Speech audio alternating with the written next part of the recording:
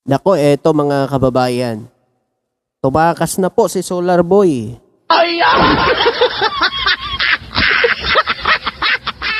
Nako, hindi na humarap sa NBI.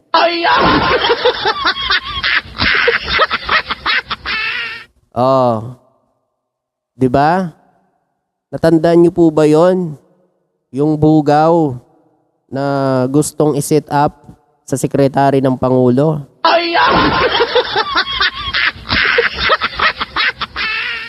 Dalawa silang tinuturo doon, si dating Congressman Jing Paras at saka itong si Congressman Leandro Libiste. Ngayon wala na, lumayas na pala siya.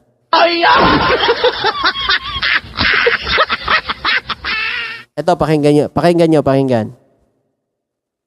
Nakalabas na umano ng bansa si Batangas Representative Leandro Libiste. Gustong makausap ng NBI si Libiste kaugnay sa umano'y honey trap plot laban kay Executive Secretary Ralph Recto. Naku, natakot ata, mga kababayan. Hindi sumipot, lumayas na lang. Grabe. Diba? Ang detalye sa agenda report ni Andrea Salve.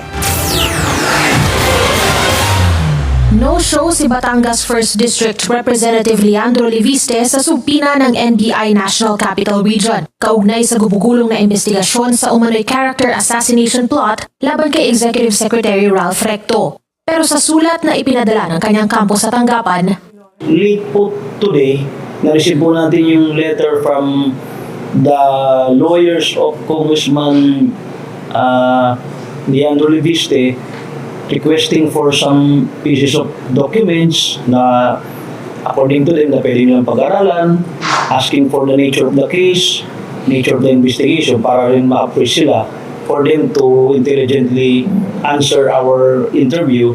Pag-usapan po ng team namin yan kung anong magiging sagot dyan.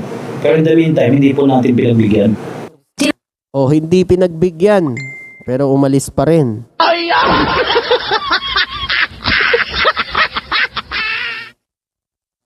tinanggihan din ng NBI ang kaparehong hiling ng kampo ni dating Negros Oriental Representative Jing Paras.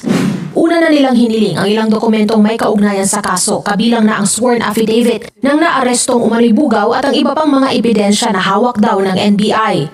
Mayroon po tayong batas dyan na talagang pagka ang isang dokumento ay subject po ng present investigation o current investigation, hindi po pwedeng i-share yan. Kasi mako-compromise yung investigation plus yung mga persons or personalities involved baka makompromise din. Bagaman hindi humiling ng resetting si Libiste, bibigyan pa rin daw ito ng pagkakataon na humarap sa mga investigador. Ayan. Umuwi ka na agad. Bibigyan ka pa ng pagkakataon na magpaliwanag. Kaya umuwi ka na.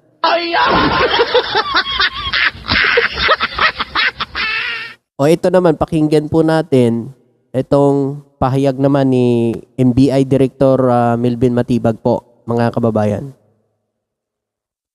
Hindi po umapil kasi po nagbiyahe umalis po.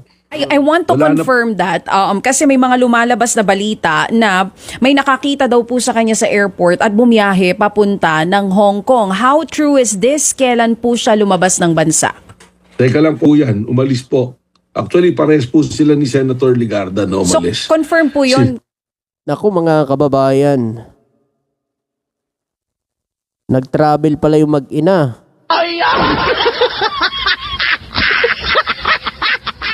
Sabay pala silang umalis, no? Si Lauren Ligarda at saka si Congressman Libiste, mga kababayan.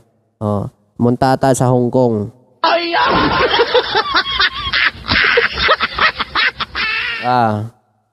Kasama po yung kanyang nanay, si Senadora. Magkaiwalay po, si Leandro Libiste po umalis po noong August 2, papuntang Hong Kong. Yun po yung kanyang biyahe. Si Senator naman po umalis noong August 2 rin, magkaiba po na flight via Hong Kong, pero ang final destination is France. So, ano yun? Pinauna lang yung isa para hindi mahalata?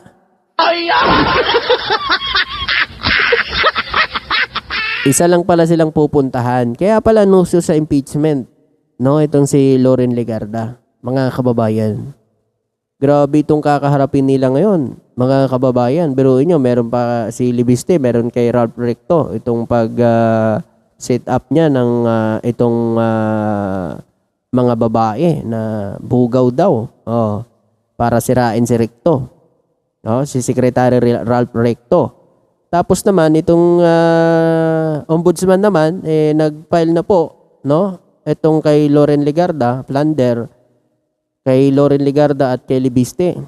Dahil sa na-impluwensyahan daw di umano ni Legarda para makakuha itong kontrata na si Solar Boy o si Leandro Libiste para makakuha ng kontrata. Mga kababayan. Nako. Mga kababayan, kayo, ano masasabi nyo dito? Ito talaga, may mga nasa ombudsman na O, abangan natin. O, tingnan natin kung uuwi pa, mga kababayan. Ha? O, subaybayan natin yan.